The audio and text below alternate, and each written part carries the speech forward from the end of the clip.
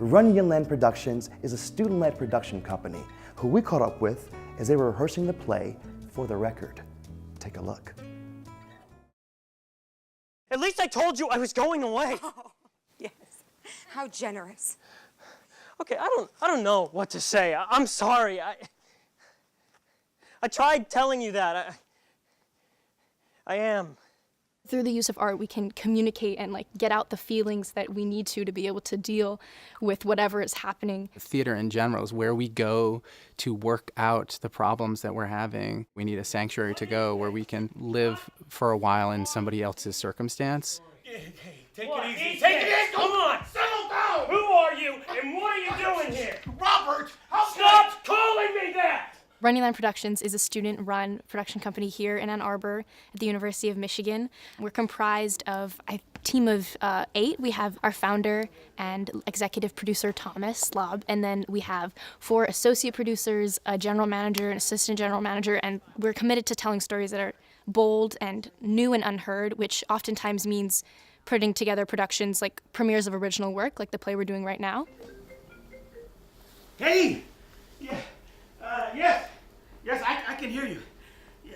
No, I'm in the studio now. Reset for This Is My Guitar, please. So we were really excited about For the Record. Our amazing professor, Geoff Packard, who has had years and years of Broadway experience and is now teaching here. He had this original story. I started writing about a relationship in my life with an older songwriter friend of mine, and then it sort of morphed into this other thing when I watched a documentary on Huntington's disease. The documentary, I should say, is called The Lion's Mouth Opens. Huntington's disease is a neurological disorder that affects chromosome number 4. It has been described as many different things, all of which are not good. ALS, Alzheimer's, and Parkinson's together, a sort of conglomerate of that. Well, the doctors warned me that the early onset would be a gradual loss of motor function, but I played pretty well yesterday. MS? Huntington's. If you have the disease, you have a 50-50 chance of passing that genetically to your offspring. I got a blood test done 2 weeks ago, and they tested for all sorts of things pertaining to the baby. Morgan? Genetic stuff. Gender, birth abnormalities. It's amazing what they can test for these days. The gene that carries the Huntington's mutation is Morgan, you cannot bring this in here. I haven't opened it yet! So I don't know what's inside. It's something you have to live with, knowing that you have that sort of clean-cut coin flip of a future with or without this disease. So the play now has become this story of these 2 men, but larger than that, it's about how we as artists or humans deal with our inevitable mortality. And I know that sounds heavy, but I like to think that it's optimistic. That sounds good. Great. No changes or anything? No, surprisingly. Yeah, I don't know why that should be surprising, but let's push forward. Okay, with what? With some icebreakers. What? For the Record is about 2 men who spend 11 hours in a recording studio under the auspices of the older gentleman recording an album and the younger gentleman engineering the sound for that album. And throughout the time together, they sort of realize that they have a deeper connection and that there is a sort of underlying meaning for them being together. And then sort of all hell breaks loose when they realize how they know each other. And it asks some questions like, how do we as artists deal with our own mortality? How do we connect with human beings other than ourselves? And do we need a community in order to survive? We're lucky enough to have, first of all, amazing students here at the University of Michigan who are as extra get. They are the hardest working, most dedicated folks that I've ever been around. But on top of that, we have someone who is not a student, Tommy Gomez, who is a professional actor and who graciously agreed to do this because he liked the script. Talking with Geoff about the show early on, he was really concerned about the connection between human beings. Even more, I mean, this is not like, a PSA about Huntington's. Huntington's is in there, but it's about this, the need for connection between human beings. And so I'm hoping that that's the predominant theme. That though we think we can do things alone, and sure there's a lot of stuff that we do alone, but in the bigger picture, in the picture of humanity, that being with or working with someone has value. Have you even written a song before? Is this even real blood? Do you think we would be having any conversation at all if I walked through that door and said, "Hi, Rob, my name's DC. Your mother sent me"? You run away from everyone. Your mother, your girlfriend, at the funeral, you weren't even... Stop talking. Tommy and Blake both embody these men who are in an extenuating circumstance in their life. They're at a crossroads. They need to make a decision how to move past this information that has arisen. And that's the key. As the director, I keep telling them to play less character and play this situation.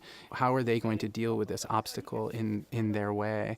And I think their struggle is then what we are interested in as an audience. I'm not leaving. I can stay as long as I want. You assaulted me, remember? I did not assault you. Technically, you did, and you haven't exactly been helping your case. Oh, unbelievable. Call her.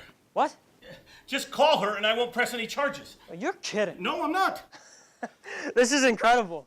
Rob is my audience. I'm not playing Rob, so I can't say. But dramaturgically, it's about him becoming aware and letting his guard down enough to let someone else in. Before the play starts, he has left his hometown and has cut off all ties to family members, loved ones, his living girlfriend, and he decides he is going to live, like we mentioned in the play, a tardigrade, which is one of the most indestructible organisms known to man. It's survived 5 mass extinctions. He wants to live like that. He wants to live without needing anything because he thinks that's a weakness, and he wants to spare everyone from the inevitable disease or not of him being a carrier of this. And I think hopefully he learns throughout the play that there are other options for him other than living without anyone.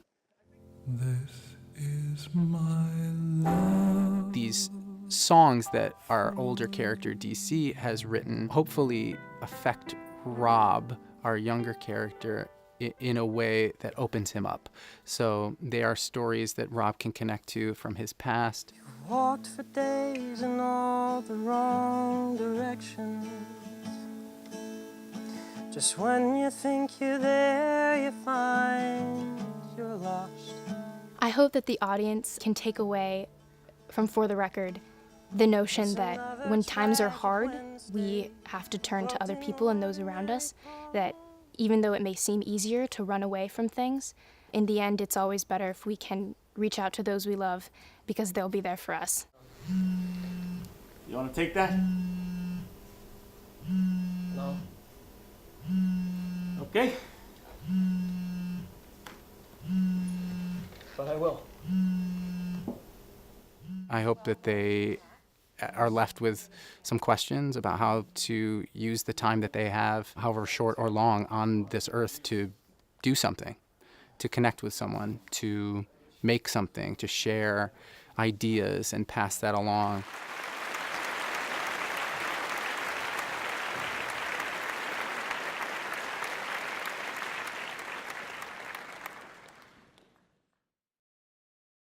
You can learn more about Runyonland Productions as well as all the artists that we feature on DetroitPerforms.org.